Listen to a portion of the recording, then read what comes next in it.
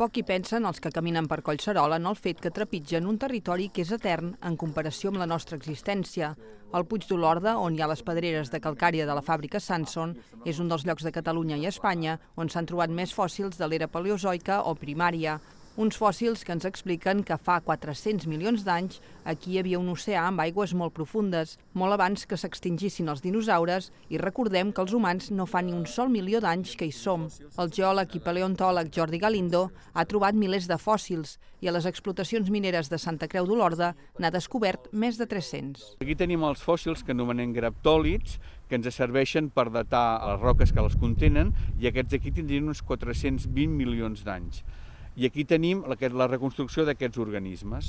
Graptòlit vol dir pedra escrita i són fòssils d'un grup d'organismes colonials que es van estendre per tots els mars i van canviar molt ràpid de forma. Uns altres fòssils típics de la vida antiga són els trilobits, que ja no existeixen però que van viure durant gairebé 300 milions d'anys als oceans del Paleozoic. Com que aquests animals, quan creixien com els artròpodes, canviaven de muda, el que ha fossilitzat gairebé sempre són el cap i el pigidi, el cul, la cua i el cap.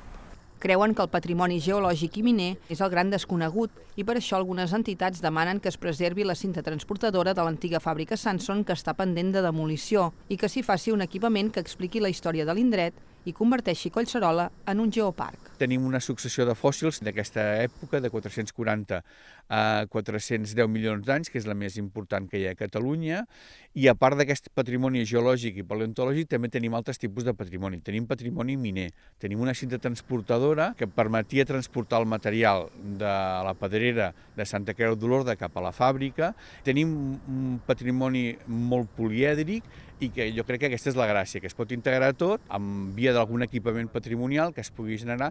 És un museu a l'aire lliure, per tant, avui dia també inclús com a moltes escoles i el sistema educatiu, la geologia sembla que perd una miqueta d'importància.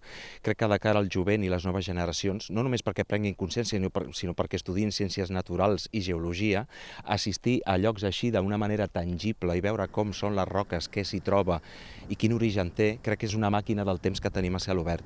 De moment, però, la llicència de demolició de la cinta transportadora ja està aprovada. Les instal·lacions continuen en mans privades i cap administració ha mostrat interès per transformar l'espai.